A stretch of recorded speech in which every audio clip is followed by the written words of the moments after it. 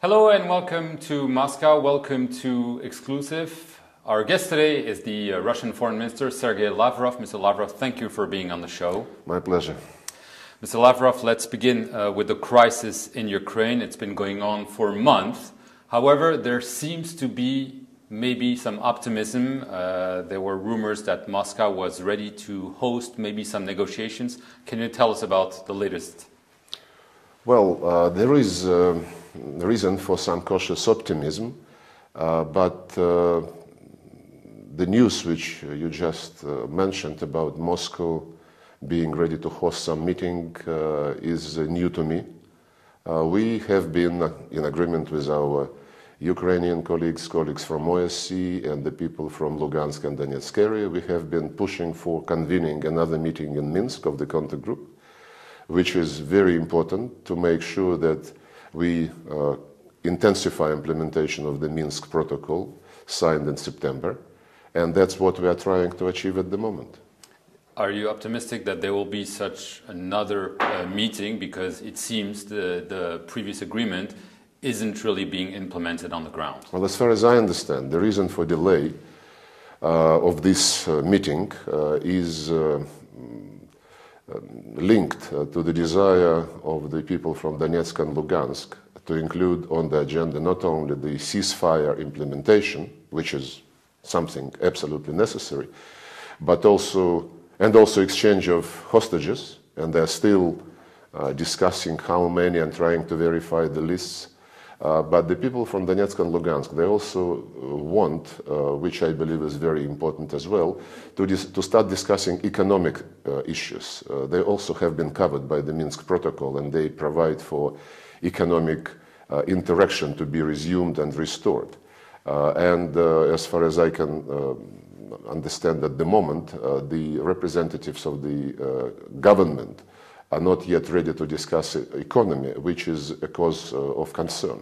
But shouldn't there be a focus primarily on a ceasefire that's really holding? Because we've seen many calls for a ceasefire saying, yes, it's going to happen, but it hasn't really happened. Do you think now there can be genuine hope? The OSCE monitors reported yesterday, I think, that the ceasefire is generally holding, with some incidents taking place, yes, but they are absolutely not numerous at all, like it was in the past experience. There are things which cause concern, like accumulation of some government forces around the area. But generally speaking, the OSCE reports that the heavy artillery is being withdrawn. So ceasefire is absolute priority, because people shouldn't be killed.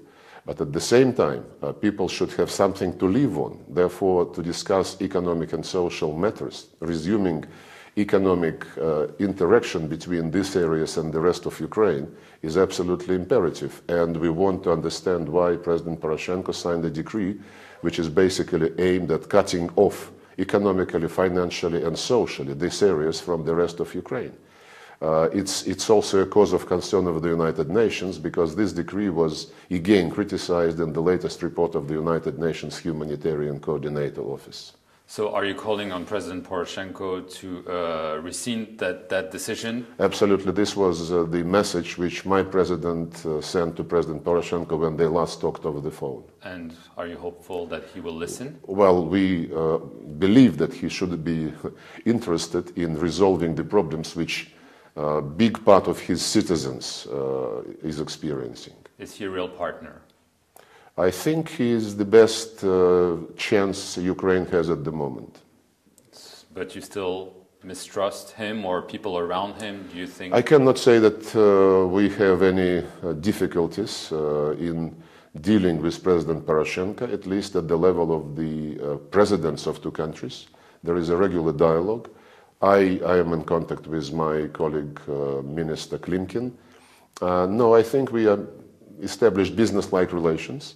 And the main thing is for Ukrainian leaders to understand that this is their country and this is their obligation, not to spend and waste time in power sharing and power struggle, which is taking place in Kiev, but to proceed with reforms, to proceed with a constitutional process which they promised and which they committed themselves to, a constitutional process which would be transparent, which would be inclusive with the participation of all the regions and all political forces. This is something which was solemnly declared in Geneva when EU, US, Russia and Ukraine met and signed a statement in April this year. And we still don't see any genuine effort to start this constitutional reform. Unless constitutional reform problem is resolved, we would always be, facing problems here and there, because constitutional situation is a systemic problem of Ukraine, and they must address it urgently. This means large autonomy for the I don't know. region? This is for Ukrainians to decide. But we're not suggesting federalization. We're not suggesting autonomy. It was the French president who used the word autonomy or decentralization. Somebody else, like Federica Mogherini, used the autonomy terminology. John Kerry told me, why don't they think about devolution? Fine, we have a lot of synonyms in English language. It is not the words, it's the essence, the substance which is important. The Ukrainians themselves, from all the regions, as promised, from all the political parties, should be delegated to meet in one place and to discuss how the regions want to elect or select their leaders. What kind of tax split could be agreed between the central authorities and the regional authorities?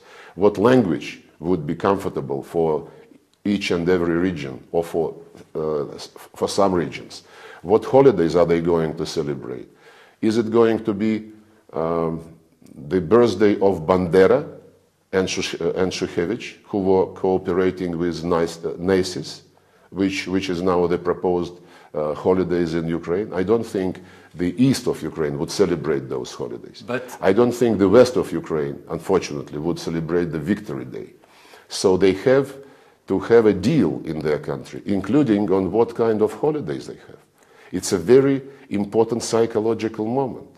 And unless you resolve the systemic problem of the constitution, you will be encountering difficulties every day more and more.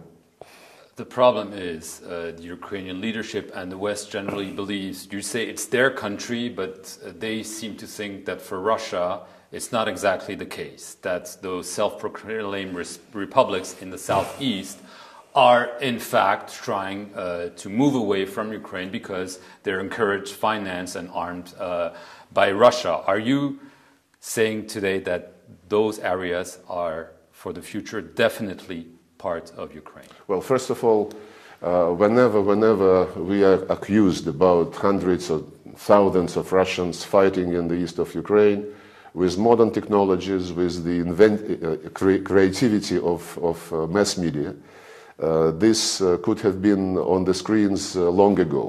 Whenever I hear this, I challenge my interlocutors to show it on TV. I discussed this with John Kerry a few days ago in, where was it, in Rome, and we would have nothing, against the truth being shown on the screen. But he's still repeating the same things. Yes, but unfortunately only words which we hear. We haven't seen any facts.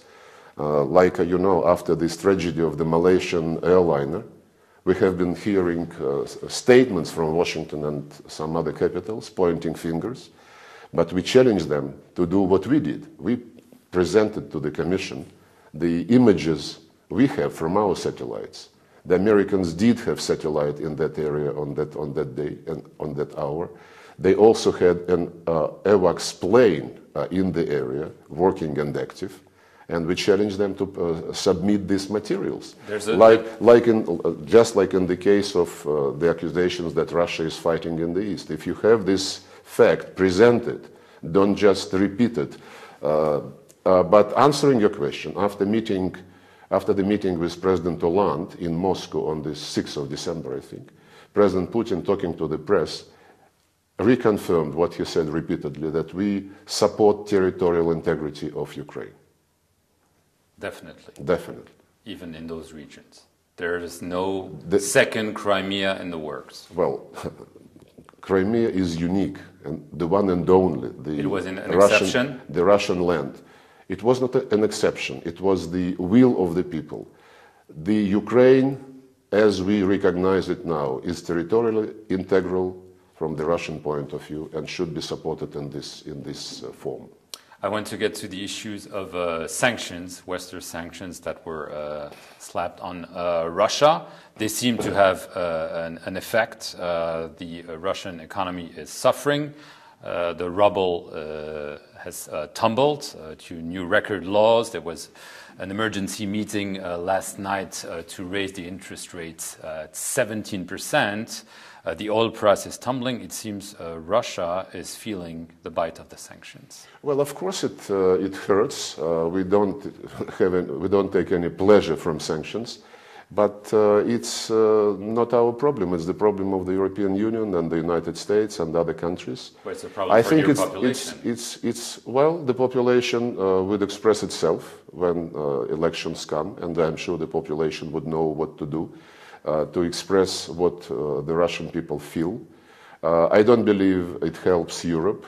Well, as Joe Biden publicly said, it was the United States which ordered Europe to join sanctions against Russia, and frankly, it's really a pity that we, for some previous years, overestimated the independence of the European Union and even big European countries. It's geopolitics.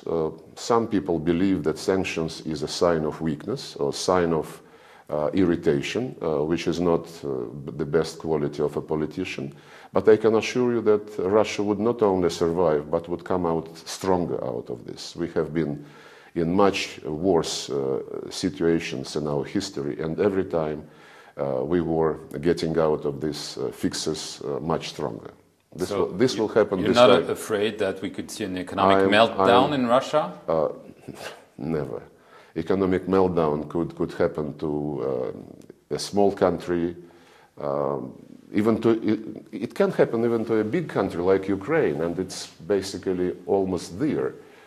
Russia is doing whatever we can to help resolve the crisis in Ukraine, not to please the West, not to ask for sanctions relief, but because we are seriously concerned, contrary to what the Europeans feel, we are seriously concerned about the future of Ukraine and Ukrainian economy. Actually, speaking of sanctions and, that this is a sign of irritation, not the instrument of serious policies, the latest portion of sanctions which was voted in the European Union last September, was introduced next day after the Minsk Protocol was signed. This is a very interesting logic, to stimulate political process. So the next morning after the huge achievement was reached, which was praised by everyone, the gentleman, what was his name, Van Rompuy, declared that there is a new portion of sanctions being introduced in Russia. If this is the European choice, if this is what Europe have as a reaction to something positive, then I once again can only say that we hugely overestimated European independence in foreign policy. Are sanctions, as some people are saying, a way of trying to create regime change in Russia to stabilize? I have very serious reasons to believe that this is the case. Really? Yes, some politicians don't even hide it. What about the new bill that passed unanimously in Congress in the US, the Ukraine Freedom Support Act, which would give lethal weapons for the first time to Ukraine, sanctions two of Russia's foremost companies? First, it has to be signed. Second, if it is signed... If Obama promulgates it, what would... Once again, first it has to be signed. Second, if it is signed and enters into force, it has to be applied in practice. And we'll see whether this would be the case, whether this would be signed, and if it is signed, if Obama would be, in fact, putting some of the provisions into practice. And if he does, then we will assess the situation. But Congress is a very special group of people. More than 80% of them never left the United States. They live in their own world. So I'm not amazed about this Russophobia, which is being demonstrated by the Congress at the moment. If Obama endorses this, would this be for you a kind of declaration of war against Russia? If he does, we'll see. We want to see what Obama does and what will happen. Because the bill is not automatic. It provides for some specific things, I believe, to be done automatically, but it also provides for something to be left to the president's discretion. These things which are automatic, I believe, they relate to Russian Rosoboronexport company and its foreign partners. But among foreign partners of Rosoboronexport are many Ukrainian military-industrial enterprises. And basically, the bill provides for the Americans to find some alternative markets to the Ukrainian arms industry. But I talked to my American colleagues, and they admit that except Russia, hardly any other country actually needs Ukrainian military products. So we'll see how it works. You are saying many times that you feel that NATO as an organization is an enemy for Russia, that it's tried to expand, that it has really nefarious... We never said this. No? No, it's never. the impression we get in the West. No. Well, when you have an impression, you should ask a question and then read the documents. So the document which is relevant in this case is the military doctrine of the Russian Federation. It never mentions that NATO is an enemy. What it says is that the security risks for Russia, among other things, are NATO expansion to the east and the movement of military infrastructure of NATO closer to the Russian borders. Not NATO itself, but its militarized movement to the east is considered by the Russian military doctrine as a security risk and threat for Russia. Would you consider cutting off ties with NATO if this continues? We don't need to do this because NATO did it for us. They have cut practically all ties between Alliance and Russia. They just kept on hold, basically, the NATO-Russia Ambassadorial Council, but they severed all practical cooperative mechanisms, including on Afghanistan, including on counter-terrorism, some other specific things. They have frozen everything. But having done so in the context of NATO-Russia projects, they quietly come to us and say, well, let's continue training pilots for the Afghan Air Force, but doing this outside NATO-Russia. In other words, the substance they want to continue, but for the public consumption, they want to say that they are so firm with Russia that they severed all the ties. Childish, but what to do? Sometimes big boys play games. Speaking of games, there was a contract signed a few years ago with France for Russia to have the Mistral helicopter carriers suspended. I have to interrupt you. I don't make any comments on this issue. This is the matter, A, of a signed legal contract, and B, of dignity of the French nation. You expect France to fulfill its I promise? don't have any more comments. On Syria, the situation there is blocked. There are talks of trying to revive negotiations between the government and the opposition. Is this a possibility given the deteriorated situation? Well, I don't know who is talking about this. We certainly discussed this with Stefan de Mistura, the new special representative on Syria of the United Nations. But we, Russia, not only talk, we engaged. We are deeply engaged in preparing such a process to be resumed. We meet with all more or less meaningful representatives of various opposition groups and with the government of Syria. We have been promoting the idea of before they start something like Geneva III under the formal UN umbrella, to have a warming up, if you wish, a preparatory meeting, just to bring the opposition groups together, for them to try to develop a common approach to the negotiations with the government, then to bring the government representatives to meet with them informally and to agree the agenda of the process which could be resumed. Because one of the reasons the previous Geneva process failed was they could not agree on the agenda, which comes first, fighting terrorism or discussing political transition. I believe this could be done in parallel, and Staffan de Mistura, the UN Special Envoy, has some ideas on this score, which we support.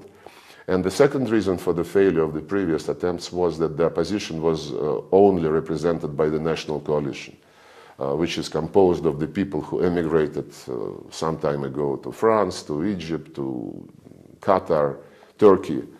And the government used this, to say that these people do not represent everybody, or maybe they don't even represent anyone in Syria. So our idea now is to remove this argument by persuading the opposition groups to come together and to form a common delegation, probably with more than one spokesman, but a delegation which would be based on the same principles. And of course, parallel to this, we have to support another UN idea, which is so-called freezing of the hostilities, starting from Aleppo. Staffan de Mistura has some specific plan, and we would be supportive of his efforts. So are you optimistic about all those informal talks shaping up? Do you think there is ground well, for so far, what we hear from the majority of our interlocutors, both in the opposition and in the government of Syria, we can be optimistic that this process could at least be tried early next year. Early next year. On Iran, there's a new round of nuclear talks this week. An agreement couldn't be reached despite the deadline a couple of weeks ago. Are you optimistic that this is only a delay and not a failure? Why on each of those issues you want me to be optimistic? I have to be pessimistic. I have to be realistic. Well, you know that an optimist, or rather a pessimist, is a well-informed optimist. So we prefer to be realistic, and realistically speaking, the deal on the Iranian nuclear program is within reach. And certainly the time frame which was agreed again, the end of June next year, is chosen because in addition to the basic political framework agreement, which could be reached in a couple of months, there would be a need for very technical, very detailed annexes. That's why June seems a realistic date, and I don't think there would be any further extensions. So you're saying the issues are more technical than political, right? No, I said that the political deal to be reached will require a couple of months, not more. I am sure, given the political will on the part of all the participants, because the issues are very well established, and the gap in the approaches is not that big. But in addition to this framework deal, which is a political deal, there would have to be technical interpretation of several issues, which will require 2 or 3 more months. The last issue I want to ask you about, Palestine wants to go to the United Nations Security Council with a resolution calling for an end to the Israeli occupation within 2 years. Some are saying it's a desperate move because there will likely be a U.S. veto. Do you favor the Palestinian move? Do you think it can be useful to try to revive peace talks? Well, those are 2 different questions. First of all, the position of Palestine, the demand of Palestine is justified. They have been promised the state long ago.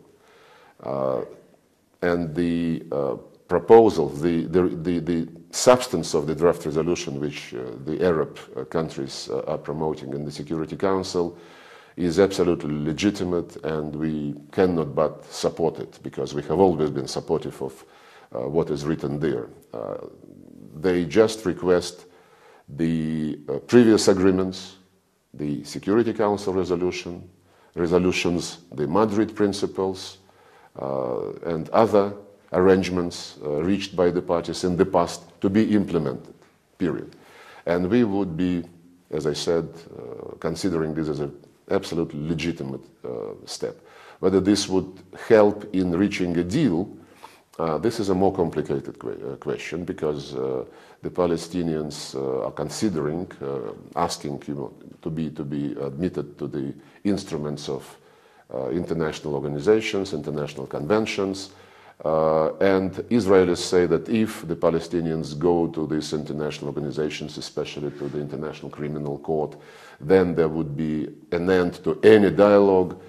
But this is the Palestinian matter, and they have to take their own decision with the advice, I believe, of the Arab League and the Organization of Islamic Cooperation. But this would be their decision. They have to calculate the consequences, the positive and the negative alike.